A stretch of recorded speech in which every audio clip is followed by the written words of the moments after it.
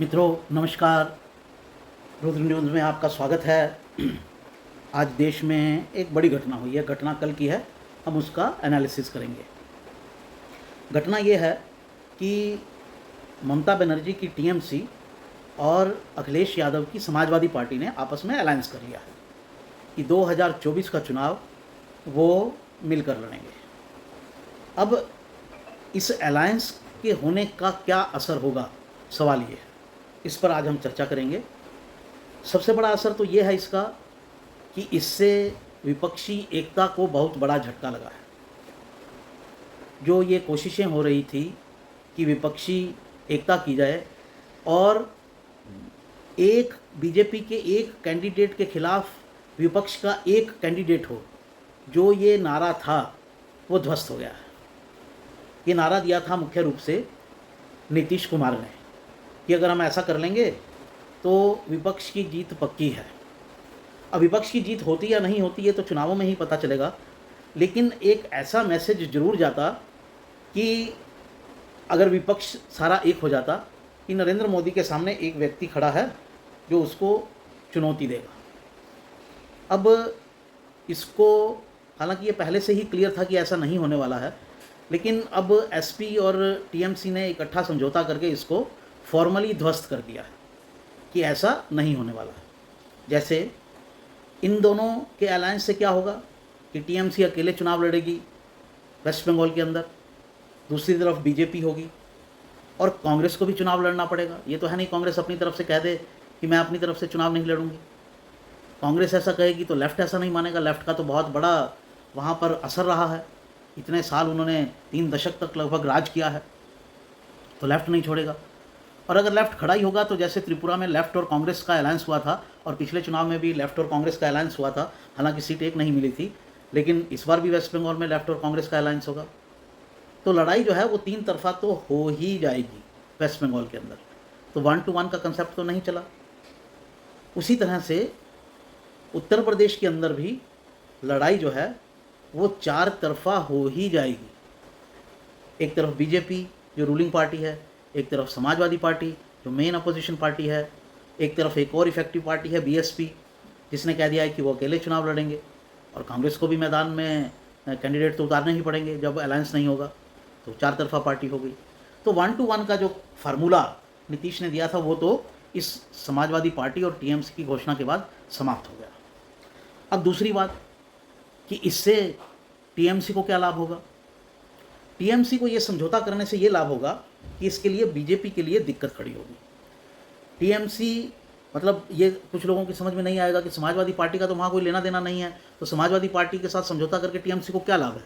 TMC को ये लाभ है कि वहाँ बहुत बड़ा चंक वेस्ट बंगाल में वो है हिंदी भाषी वोटर्स का, हिंदी भाषी लोगों का, जो बिहार से, ईस्टर्न यूपी से, जिन्होंने वहाँ पर शिफ्ट किया है।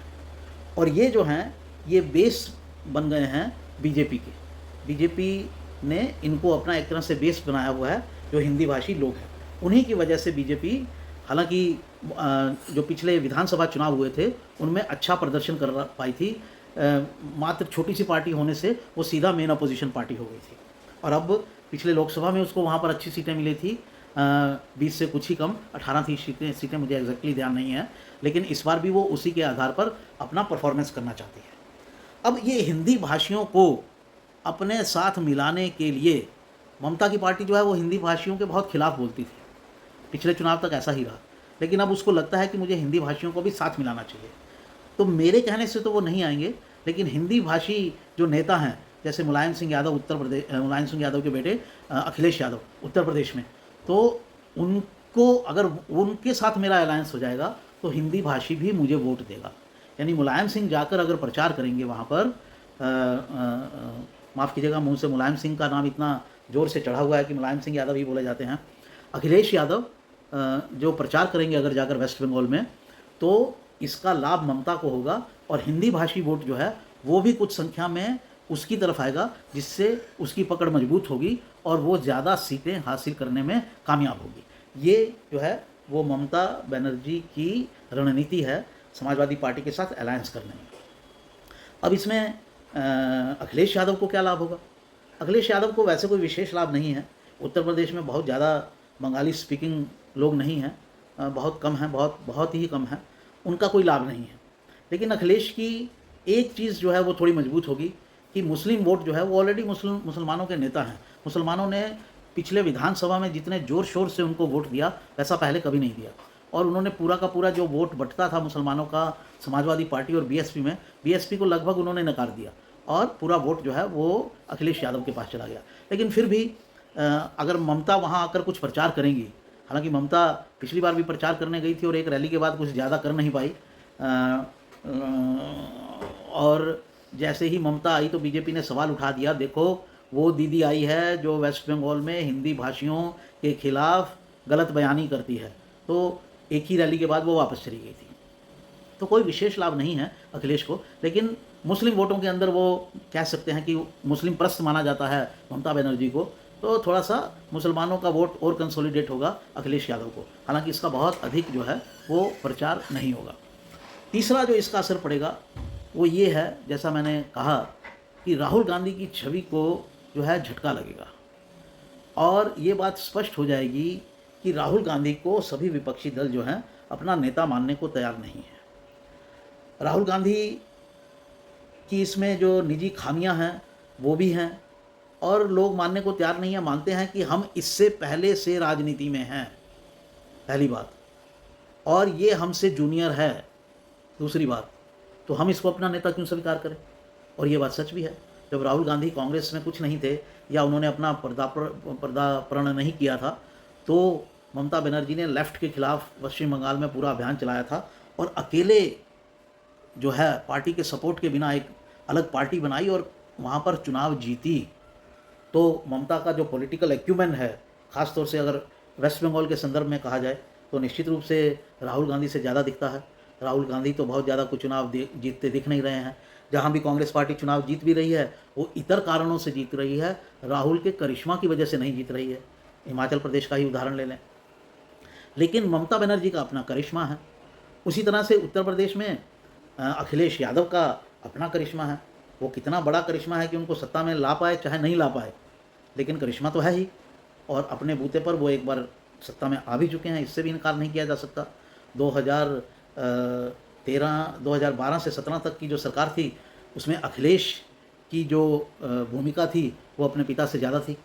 उनके पिता उस समय मुलायम सिंह यादव जीवित थे, लेकिन जो मेहनत की थी वो अखिलेश यादव ने की थी, ये बात सही है। तो वो उनको मानने को तैयार नहीं है।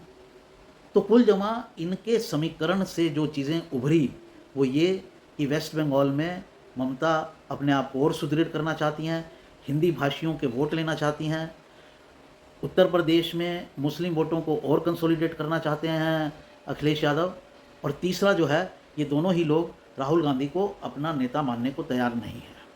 तो इसका असर जो है विपक्षी एकता पर होगा, ये जो घटनाक्रम हुआ है। और एक बात और भी है, अगर चुनाव से पूर्व ये लोग राहुल गांधी को अपना नेता मान लें तो पोस्ट इलेक्शन में अगर विपक्ष की सरकार बनने का कोई चांस बनता है, इसमें अगर जो है वो बहुत बड़ा है क्योंकि इसकी संभावना बहुत कम है, फिर भी अगर कोई चांस बनता है तो राहुल गांधी को प्राथमिकता मिलेगी। क्यों? क्योंकि राहुल गांधी को प्री इलेक्शन में ही आपने नेता मान लिया है। ये माना जाएगा कि जो विपक्ष की अगर सरकार आती है तो जो विपक्ष को सफलता मिली है, विपक्षी पार्टियों को, उसमें राहुल का बहुत बड़ा कंट्रीब्यूशन है। ये जो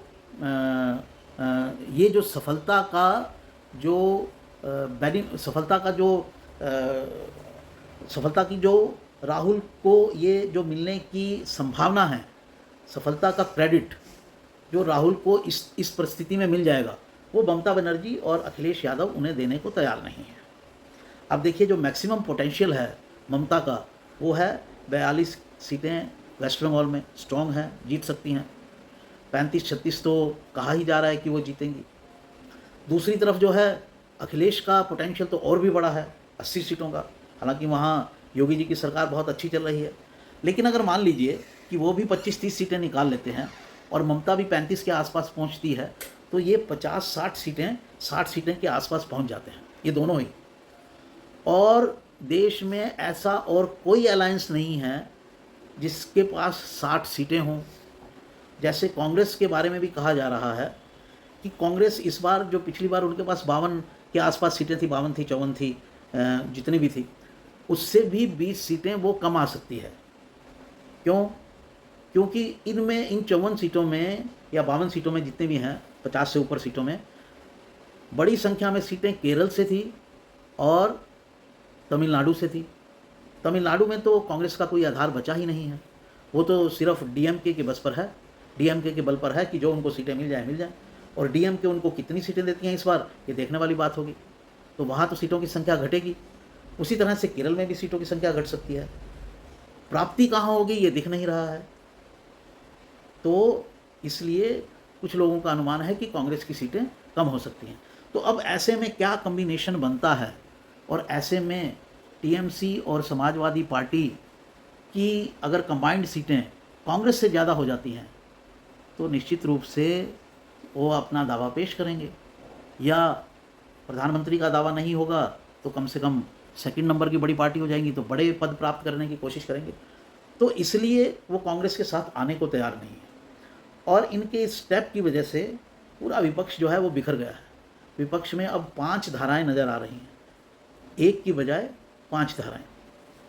तो साथियों, ये था हमारा विश्लेषण आज का कि टीएमसी और समाजवादी पार्टी ममता और अखिलेश यादव के साथ साथ आने का भारतीय राजनीति और विपक्ष की राजनीति और 2024 के जो चुनाव हैं उन पर क्या असर पड़ेगा। उम्मीद करता हूँ कि मेरा विश्लेषण आपको पसंद आया होगा। पसंद आया तो लाइक कीजिए, शेयर कीजिए, और साथियों चैनल को सब्सक्राइब कीजिए और नोटिफिकेशन की बेल ज़रूर दबाइए। नमस्कार, वंदे मातरम।